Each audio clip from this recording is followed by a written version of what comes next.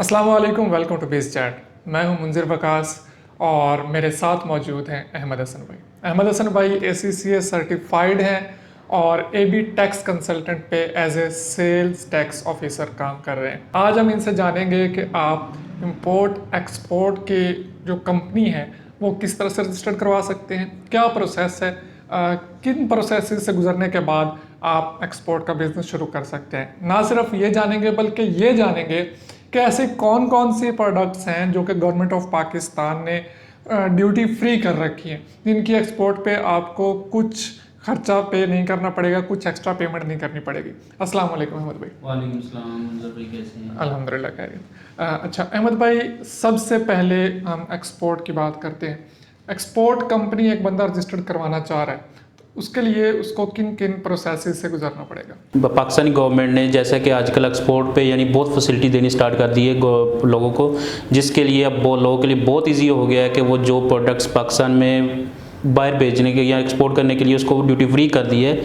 तो अब लोगों के लिए बहुत इजी हो गया कि वो अपना यानी रेवेन्यू बहुत इजीली इंक्रीज़ कर सकते हैं। इसके लिए अब हमारे पास जैसा कि लोग पूछते हैं कि एक्सपोर्ट के लिए हम क्या कर सकते हैं, कैसे कर सकते हैं, अपनी कंपनी किस तरह रजिस्टर करवा सकते हैं, इसके लिए मेरे पास एक प्रोसीजर है, यानी कि मैं शुरू से लेकर एंड तक आपको उसका प्रोसीजर बताऊँगा।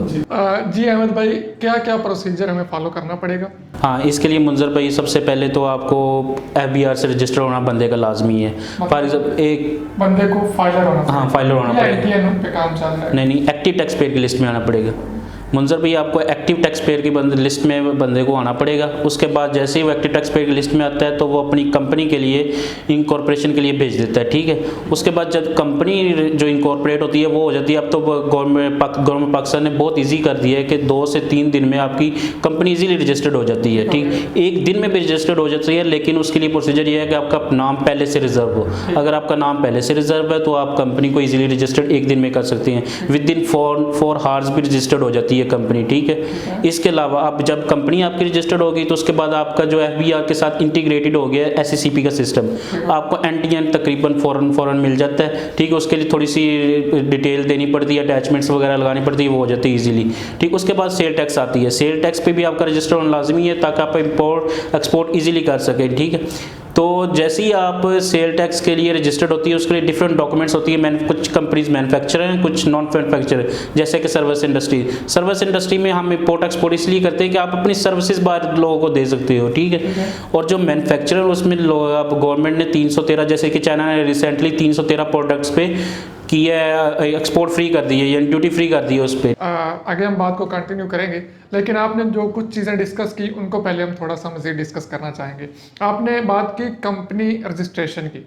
अच्छा, ये सिंगल मेंबर कंपनी होनी चाहिए, ये पहले हमने इस पर काफ़ी वीडियोस बनाई हैं, तो कंपनी कौन से रजिस्टर्ड करवानी पड़ेगी? कंपनी आप सिंगल मेंबर भी करवा सकते हैं, आप प्राइवेट लिमिटेड बीच में जा सकते हैं। पब्लिक लिमिटेड जो होती है वो तो एक अलग सेपरेट होती है, ठीक है। सिंगल मेंबर अगर बंदा ये कहता है कि मैं सिर्फ अपने नाम पे हर चीज़ करना चाहता हूँ, मेरा रोज़गार मैं सिर्फ किसी और को मेरा शेयर किसी और के पास ना जाए, ठीक है, मैं सिर्फ अपने आप को सर रेवेन्यू बढ़ाना चाहता हूँ, तो उसके लिए लाजमी है कि वो सिंगल मेंबर भी एक्चुअली प्राइवेट लिमिटेड ही होती है, लेकिन उसके साथ लफ्ज़ क्या लग जाता है SMC, सिंगल मेंबर कंपनी। अच्छा, इन चीज़ों को हम पिछले वीडियोज़ में डिस्कस कर चुके हैं। जो बंदा जानना चाहेगा लिंक आपको डिस्क्रिप्शन में मिल जाएंगे।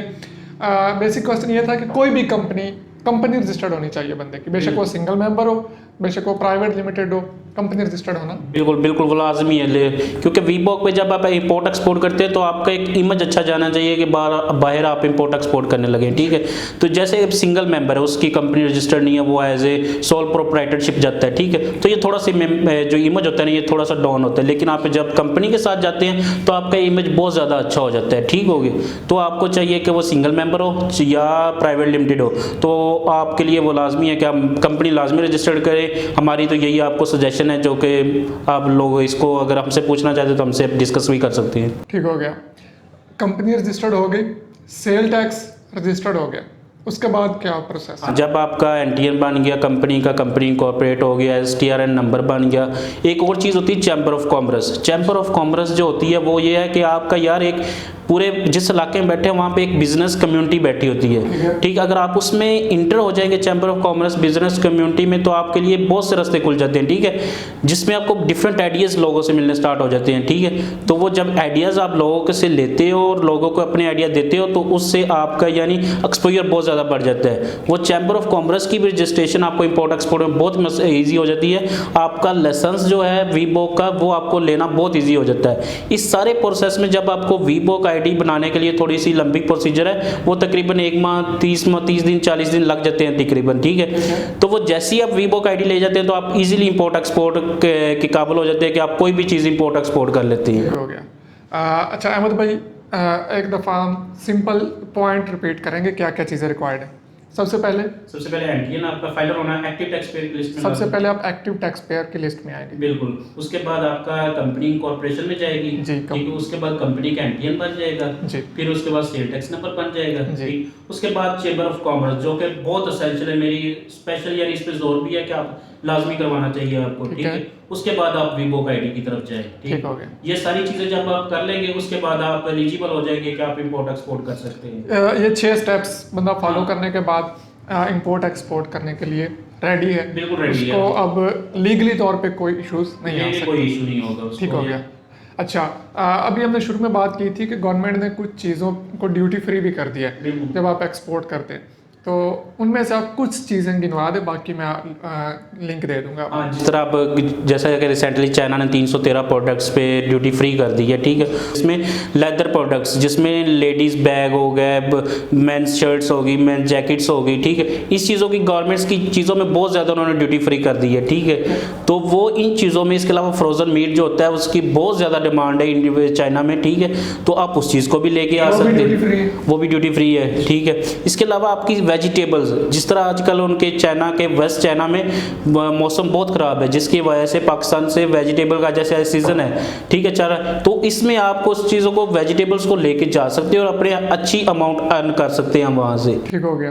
इन पे भी ड्यूटी नहीं, ड्यूटी फ्री है। तमाम सब्जियाँ तकरीबन मीट फ्रोजन मीट जी, और गारमेंट्स, लेदर और इस तरह की मजीद 313 चीज़ें हैं। अभी हम यहाँ पे डिस्कस करेंगे तो बहुत लंबा हो जाएगा प्रोसेस। नीचे डिस्क्रिप्शन में मैंने एक लिंक दे दिया है, अगर आप सारी 313 प्रोडक्ट्स के बारे में जानना चाहते हैं तो उस लिंक पे क्लिक करके आप उस वेबसाइट पे चले जाएंगे और वहाँ से आपको सारी डिटेल मिल जाएगी 313 प्रोडक्ट्स की। अच्छा अहमद भाई, ये सारी चीज़ें हमने डिस्कस की। फाइलर के बारे में भी हम वीडियो बना चुके हैं, कंपनी के बारे में बना चुके हैं, ये सारी चीज़ें हो चुकी हैं। अच्छा, आप भी एक दफ़ा इनको रिपीट कर दें कि ये एक बंदा खुद रजिस्टर्ड करवाना चाहता है, ये सारी चीज़ें सेल्फ अपने खुद से, वो किस तरह से कर सकते हैं? सबसे पहले तो इसकी यानी ये बंदा जो कहता है कि मैं यार किसी कंसल्टेंट के पास नहीं जाता, मैं खुद करवाना चाहता हूँ, तो वो सबसे पहले FBR के रिलेटेड जो होती है, एंटीएन होता है, सेल टैक्स होता है, वो वहाँ से रजिस्टर्ड हो जाते हैं, ठीक है। FBR की वेबसाइट पर जाके रजिस्टर करवा लें।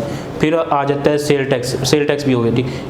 मतलब कंपनी के लिए SCCP की सर्विसेज आप ले सकते हैं, SCCP की वेबसाइट पर जाके वहाँ से आप कंपनी रजिस्टर्ड अपनी करवा सकते हैं। उसके बाद चैम्बर ऑफ कॉमर्स, आपका जो रेलिवेंट चैम्बर ऑफ कॉमर्स होता है वहाँ पर जाके आप उसकी भी रजिस्ट्रेशन करवा सकते हैं। आप खुद चैम्बर ऑफ कॉमर्स जाके आप रजिस्ट्रेशन करवाएंगे, ठीक है। उसके बाद होती है वीबोक आईडी भी ऑनलाइन है, ठीक है। वहाँ पे आपको अपने डॉक्यूमेंट्स देने होते हैं, जिसपे यानी वीबोक आईडी, इसमें बहुत ही ज़्यादा टेक्निकल काम होता है, ठीक है। तो उसके लिए भी आपको वहाँ पे, अगर आप खुद कर सकते हैं कि मैं कर सकता हूँ, आप इस तमाम चक्कर से, इस तमाम जलालत से, यानी अगर निकलना चाहे कि मैं टैक्स किसी के पास, कंसल्टेंट के पास नहीं जाना चाहता, तो आप खुद कर सकते हैं। लेकिन अगर आप इसकी पूरा यानी 1.5 से 2 माह का ये चक्कर होता है, अगर आप इस लेंथी प्रोसेस जो कि 1.5 से 2 माह का, इससे बचना चाहते हैं तो आप किसी भी कंसल्टेंसी फर्म को हायर कर सकते हैं, ठीक है। हम लोग भी ये टैक्स कंसल्टिंग फर्म टोटल यानी सर्विसेज प्रोवाइड करते हैं। अच्छा, किसी भी सिटी से बंदा है पाकिस्तान के, आप उसको रजिस्ट्रेशन की फैसिलिटी दे रहे हैं? हाँ, हर चीज़ जिस सिटी से, पूरे पाकिस्तान से, चाहे ओवरसीज़ भी हो, वो भी कहता है मैं काम करना चाह रहा हूँ, मैं फ्यूचर में